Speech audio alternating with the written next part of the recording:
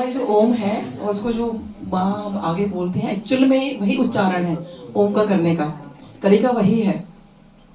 और जैसे आज यहाँ पर मंत्र जाप हुआ तो आंटी को पता, आंटी ने कहा भी मेरे को बड़े मंदिर की याद आ गई, वहाँ की याद आ गई। एक्चुअल में ऐसे ही होता था, हम लोग पहले बोलते थे, ऐसे चलता नहीं था, हम लोग खुद बोलते थे। तो बहुत अच्छा लगा। और दूसरा जैसे आज शपथ वाणी चली, बिल्कुल मुझे लगा मैं तो वहीं बैठी हुई हूँ। जो गुरुजी के टाइम की शब्द वाणी है वो प्लीज चलाएं, क्योंकि एक सत्संग मैंने सुना कि एक बार बहुत सारी सीडीज पड़ी थी तो अंकल ने निकाल के लगाने लगे, तो गुरुजी ने चूज कर रहे थे। गुरुजी कहते हैं, गुरुजी ने उन्होंने कहा गुरुजी सारी तो गुरबाणी है तो आप चूज क्यों कर रहे हो? कहते मैं चूज, गुरुजी ने कहा कि मैं चूज इसलिए कर रहा हूँ कि मुझे पता है कि मेरी संगत किससे कनेक्ट होगी। तो वो चूज करके गए हैं, तो वो जो गुरबाणी है मतलब वो इम्पोर्टेंट है और हमें मतलब कैसे कनेक्शन होगा आई थिंक वो गुरुजी जानते हैं, इसलिए वो चुन के गए। गुरुजी देखिए ब्रह्मांड के मालिक हैं और सब आपके बारे में जानते हैं। मेरे हस्बैंड को डे वन ही दिखा दिया था कि वो ब्रह्मांड के मालिक हैं। और ये मुझे काउंटर कंफर्म करवाया मेरे एक पेशेंट से कि एक बार मेरे पेशेंट मेरे क्लिनिक पर आए और गुरुजी का स्वरूप लगा था, तो कहते हैं डॉक्टर साहब जय गुरुजी, आप गुरुजी को मानते हो? तो मैंने कहा हाँ जी। तो मैंने कहा आप भी? कहते डॉक्टर साहब ऐसे तो मैं उनमें से हूँ जो भगवान को ना माने, किसी इंसान को क्या मानेगा? तो मुझे लगा, मैंने कहा फिर आप कैसे मतलब? तो कहते हैं कि मैं तो 96-97 से गुरुजी के पास जा रहा हूँ, तो इतनी पुरानी संगत, मुझे लगा कि अच्छा मैंने गुरुजी के बारे में कुछ बताओ। तो उन्होंने मुझसे क्वेश्चन पूछा, कहते हैं गुरुजी को समझते क्या हो? तो मैंने कहा नहीं, गुरुजी गुरुजी है, गुरुजी महाराज है। आंटी ने कहा भगवान नहीं, मैंने बोला, और ना ही हम मानते थे। हालांकि गुरु हस्बैंड को डे वन दिखा दिया था ब्रह्मांड के मालिक है, लेकिन वो पर्दा डाल देते थे। जो उन्होंने लीलाएं रची है ना, वो में इतना पर्दा डाले कि हम उनको, उन्होंने पहचानने नहीं दिया हमें। आप सब भी सब समझ में आ रहे हैं कि वो भगवान है। मुझे यही कहते हैं कि आपको पता है डॉक्टर साहब गुरुजी भगवान है। मेरे को लगा भी कैसे? तो कहते हैं कि एक बार क्या हुआ कि उनके फ्रेंड का सत्संग है ये। कहते हैं एक बार रात को 12 बजे अंपायर स्टेट में गुरुजी ने उनको बोला कि चल तू मेरे को प्रेसिडेंट हाउस के सामने जो पार्क है वहां लेकर चल। अब देखिए गुरुजी का हुक्म, वो उनको प्रेसिडेंट हाउस के सामने जो बेंच है मतलब वहां पे गए, गुरुजी वहां बेंच था वहां बैठे, और जब बेंच पे बैठे गुरुजी इनको कहते हैं चल मेरे सॉक्स उतार।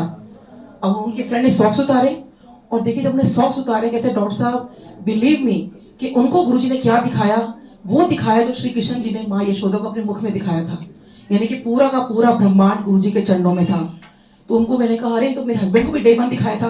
कहता फिर भी नहीं माने कि वो भगवान है। कहते उसके बाद जब अंकल ने ऑब्वियसली ब्रह्मांड देख लिया आधी रात को, तो गुरुजी इनको कहते हैं अब तो इथो जा, पीछे मुड़ के ना देखी। अब वो बड़े हैरान कि मैं गुरुजी को लेकर आया हूँ पारी स्टेट से, गुरुजी वापस कैसे जाएंगे? तो गुरुजी कहते हैं मैं तो बोले ना पीछे मुड़ के ना देखी, इथो जा। अब गुरुजी का हुक्म था, वो गुरुजी को वहीं छोड़कर प्रेसिडेंट हाउस के सामने जो पार्क है और वो चले गए। अब वो जाते जा रहे, पीछे मुड़ के देख नहीं सकते, मन में सोच रहे कि गुरुजी वापस कैसे जाएंगे। अब जब वो रास्ते में थे तो उन्होंने सोचा चलो मैं अंपायर स्टेट फोन लगाता हूँ, गुरुजी पहुंचे, क्या हुआ गुरुजी का, कैसे वो जाएंगे। जब सेवादार को फोन लगाया तो सेवादार अंकल कहते हैं अंकल क्या बात करो, गुरुजी तो यहाँ से गए नहीं। तो ये सोचिए उस वक्त का था कि जब गुरुजी साकार रूप में थे, तो तब भी निराकार रूप में उनको जाके कहाँ आधी रात को ब्रह्मांड दिखा रहे हैं, और यही मेरे हस्बैंड को दिखाया। ऐसे मेरे नेबर, मैंने अपने घर में सत्संग कराया, काफी साल हो गए, होली से एक दिन पहले उनको नहीं बुलाया क्योंकि वो भी बहुत एटीट्यूड वाले। तो मुझे लगा अगर उन्होंने ये कह दिया कि वो इंसानों की पूजा करता है, मैंने कहा मेरी लड़ाई हो जाएगी, किसी नेबर से क्या लड़ाई करनी, छोड़ो, और इनको नहीं बुलाते। काफी लोगों को बुलाया, आसपास के नेबर्स को, उनको नहीं बुलाया। अगले दिन होली थी, वो रंग लगाने के लिए आए। जब रंग लगाने आए तो मैंने उनको बिठाया, तो मैंने कहा आप ना बड़े लकी हो। कहते हैं क्यों? मैंने कहा सॉरी कल आपको बुलाया नहीं, हमारे घर सत्संग था, लेकिन जिसपे आप जगह बैठे हो ना, यही हमने गुरुजी का सिंहासन लगाया था, तो you are the first person जो आप बैठे हो। कहते कौन से गुरुजी? गुरुजी का स्वरूप उनके पीछे लगा था। मैंने कहा ये वाले गुरुजी। कहते डॉक्टर साहब जय गुरुजी, आप गुरुजी के पास जाते हो? मैंने कहा आप भी? कहते तो 96-97 से जा रहा हूँ। जस्ट इमेजिन, इतनी ओल्ड संगत मेरे घर के सामने, और लेकिन उनका एटीट्यूड इतना था तो मुझे लगा कि खैर ये कहाँ मानते होंगे। उस दिन तो नहीं बताया, फिर नेक्स्ट टाइम बताया। उन्होंने सेम क्वेश्चन मेरे से पूछा कि आप गुरुजी को समझते क्या हो? मैंने कहा गुरुजी गुरुजी है, गुरुजी महाराज है, भगवान। फिर नहीं बोला। मेरे को कहते हैं कि मैं जब भी कहीं जाया करता था ना, जब वो कहीं जाया करते थे गुरुजी को फोन करते थे कि मैं गुरुजी यहाँ जा रहा हूँ वहाँ जा रहा हूँ, तो गुरुजी कहते थे तो एथिया मेरे चरण दबा। बड़ी हैंडी का अपने चरण भी दबा रखे। तो कहते हैं कि एक दिन मैंने गुरुजी से पूछा, वो मतलब मेरे नेबर ने एक दिन पूछा, वो IPS ऑफिसर रहे हैं। कहते हैं गुरुजी से, कहते हैं कि गुरुजी आप भगवान हो? अब जस्ट इमेजिन, आप गुरुजी से डायरेक्ट पूछ रहे हो क्या भगवान हो? मैंने कहा, अपने गुरुजी से ऐसे पूछ लिया। कहते मैंने यही कहा गुरुजी आप भगवान हो। तो गुरुजी कहते मैं तुम्हें क्यों दसा? कहते बताओगे तो मुझे पता चलेगा ना कि आप भगवान हो। सो गुरुजी कहते तो विश्वास से करता नहीं? तो कहते बताओगे तो मैं विश्वास करूंगा ना कि आप भगवान हो। तो एक दिन गुरुजी ने उनसे पूछा तू चाहता क्या है? तो कहते हैं गुरुजी अगर वो मुझे आप दर्शन दे सकते हो जो श्री कृष्ण जी ने अर्जुन को दिए थे तो मैं आपको भगवान मान लूंगा। तो मैंने कहा कमाल है, आपने इतनी बड़ी बात गुरुजी से बोल दी। और फिर क्या किया गुरुजी ने? उसके बाद बहुत देर तक ना वो आसमान की तरफ देखते रहे, बहुत देर तक देखते रहे आसमान की तरफ ऊपर ऐसे करके। और फिर कहते हैं डॉक्टर साहब मैं आपको इतना ही कह सकता हूँ कि गुरुजी भगवान है। मैं उस बात का वर्णन कर ही नहीं सकता। मैंने कहा कुछ तो बताइए, जस्ट गेटिंग गूज बम्स। तो कहते हैं मैं उसका वर्णन कर ही नहीं सकता। जैसे शिव पुराण में भी लिखा है ना कि हम भगवान शिव का वर्णन कर ही नहीं सकते, उनकी सेम वर्डिंग से मैं उनका वर्णन नहीं कर सकता। मैं आपको इतना कह सकता हूँ कि गुरुजी भगवान है, आपके बारे में पल पल की खबर रखते हैं। तो उन्होंने एक छोटा सत्संग में से शेयर किया। कहते एक दिन क्या हुआ कि वो कहीं गए। कहते जैसे मैं हर जगह गुरुजी को जाके बताया था कि मैं यहाँ जा रहा हूँ, उस दिन नहीं बताया। जहां वो गए जैसे ही होटल के कमरे में पैर रखा, फोन की घंटी बजती है। इन्होंने फोन उठाया, वहां से आवाज आती है हाँ भाई मैं गुरुजी बोल रहा। तू किथे? अब उन्होंने कहा तू जकार्ता विच। इससे पहले वो बोले तू जकार्ता विच इस होटल में इस रूम नंबर पे वही तो फोन किया था, तू मैंने दसिया नहीं। और करके गुरुजी ने फोन कट कर दिया। तो कहते हैं आप गुरुजी को क्या सोचते हो, क्या समझते हो? गुरुजी भगवान है, उनको आप अपनी सारी परेशानियां सारी चिंताएं सब उनके ऊपर छोड़ दो। लेकिन हम ह्यूमन एरर है ना हमारे अंदर कि वो चिंता परेशानी कहीं ना कहीं रहती है।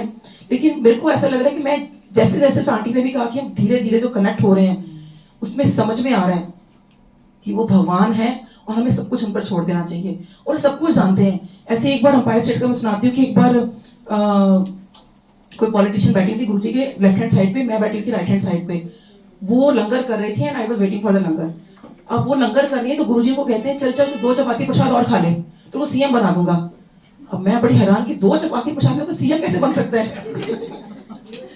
मुझे देखे जा रही हूँ और गुरुजी को कह रहे हैं खा ले 2 चपाती प्रसाद और खा ले।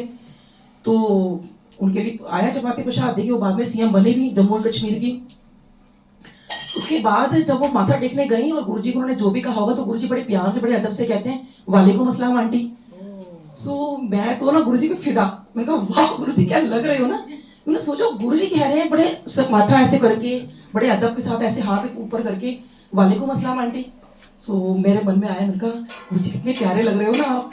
और जब माथा टेकने गई तो मन में शायद गुरुजी मुझे भी बोले नहीं बोला गुरुजी ने। तो मुझे लगा, मैंने कहा वो तो मुस्लिम है इसलिए बोल देगा, मुझे क्या बोलेंगे। अपने मन को समझाया और मैं आ गई। लेकिन पूरे हफ्ते ना मेरे दिमाग में वालेकुम अस्सलाम आंटी वालेकुम अस्सलाम आंटी मैं अपने आप ही करती रही। और पूरा ऐसा वो गुरुजी का नूर, आप तो जानते हो क्या मतलब लाइट निकल रही जैसे सो हैंडसम, मतलब मैं तो वर्णन कर ही नहीं सकती खैर गुरुजी का। अगले हफ्ते में आई जब माथा टेका तो गुरुजी कहते हैं वालेकुम अस्सलाम आंटी। जस्ट इमेजिन कि उस दिन नहीं बोला, एक हफ्ते के बाद जबकि ना किसी से शेयर किया ना किसी कुछ बात करते थे कुछ करते थे और वही वर्डिंग उन्होंने मेरे को बोली वालेकुम अस्सलाम आंटी। तो सब कुछ जानते हैं। ऐसे एक बार हस्बैंड के ना बड़ा पेट में दर्द, कोई डायग्नोज नहीं हो पा रहा था, बड़ा परेशान हो गए। तो जब हम अंपायर सेट गए तो मैंने इनको कहा कि ऐसा है आज गुरुजी को बता देना कि आपके पेट में दर्द है। तो कहते हैं नीलम बड़ा अजीब नहीं लगेगा, मैं खुद डॉक्टर हूँ और इलाज गुरुजी से पूछ रहा हूँ। तो मैंने कहा डायग्नोज नहीं हो रहा तो गुरुजी को बता दो। कहते हैं मेरे को लग रहा है बहुत अजीब लगेगा। मैंने माथा टेका, मैंने इशारा किया, मैंने कहा पूछ लो गुरुजी से। तो उन्होंने कहा गुरुजी मेरे पेट में दर्द। कहते ले खुद ते डॉक्टर इलाज मेरे पर पूछता पे है। तो उन्होंने कहा गुरुजी, कहते हाँ हाँ तू खुद ते डॉक्टर इलाज मेरे पर पूछता पे है। तो उनको पता है कि हम क्या बाहर बात कर रहे हैं क्या नहीं कर रहे हैं।